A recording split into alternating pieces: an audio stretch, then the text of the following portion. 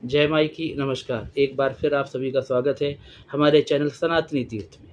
ज्येष्ठ माह चल रहा है, शुक्ल पक्ष है और अब दसवीं आएगी। दसवीं यानी गंगा दशहरा, हमारा हिंदू समाज का, सनातनियों का महापर्व गंगा दशहरा।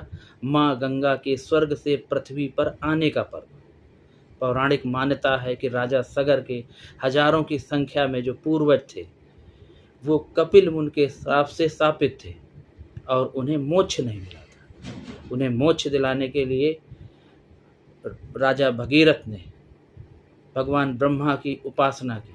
कई वर्षों तक तपस्या करने पर जब ब्रह्मा जी प्रसन्न हुए तो उन्हें आशीर्वाद दिया और माँ गंगा से कहा कि जाइए, अब पृथ्वी पर जाइए। यानी ब्रह्मा जी की अनुमति में माँ गंगा पृथ्वी पर अवतरित हुई, आई। उसी का पर्व है गंगा दशहरा। माँ का प्रवाह इतना तेज था कि चारों तरफ हाहाकार मच गया। तब जाकर पुनः भगवान शिव से प्रार्थना की गई। भगीरथ ने कहा तो भगवान शिव ने अपने जटाओं से माँ गंगा के वेग को रोका। गंगा दशहरा में 10 के अंक का विशेष महत्व है। इसीलिए लोग जब गंगा स्नान करते हैं तो इस पर्व में या गंगा दशहरा में 10 डुबकियां लगाते हैं। उसके पीछे की वजह कहते हैं कि हमारे जो 10 पाप होते हैं या बुरे कर्म होते हैं, जिनमें मानसिक, शारीरिक, वाचिक, कुल मिलाकर जो 10 कर्म है, जब हम 10 डुबकियां लगाते हैं तो इन 10 से हमें मुक्ति मिलती है।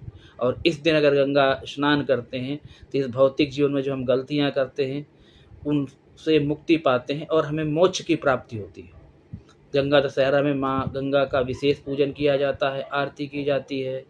माँ गंगा को मिष्ठान का भोग लगाते हैं।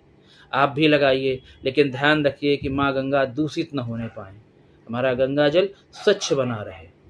इसके अतिरिक्त कुछ लोग इस दिन मौसमी फल, 10 मौसमी फलों का दान करते हैं। 10 तरह की मिठाइयाँ कुछ लोग बांटते हैं। खरबूजा आदि का भी दान करने का नियम है या लोग करते हैं, उससे भी पुण्य मिलता है। जो लोग गंगा जी नहीं जा पाते वो मन में किसी तरह का पाप या अपराध बोध कतई मत लाएं।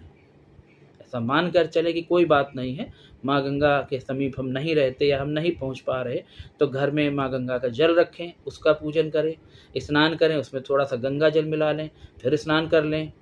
किसी भी तरह से माँ को रिझाएं, माँ का पूजन करें, लेकिन गंगा स्नान करने जाएं तो माँ को प्रदूषण से मुक्त रखें।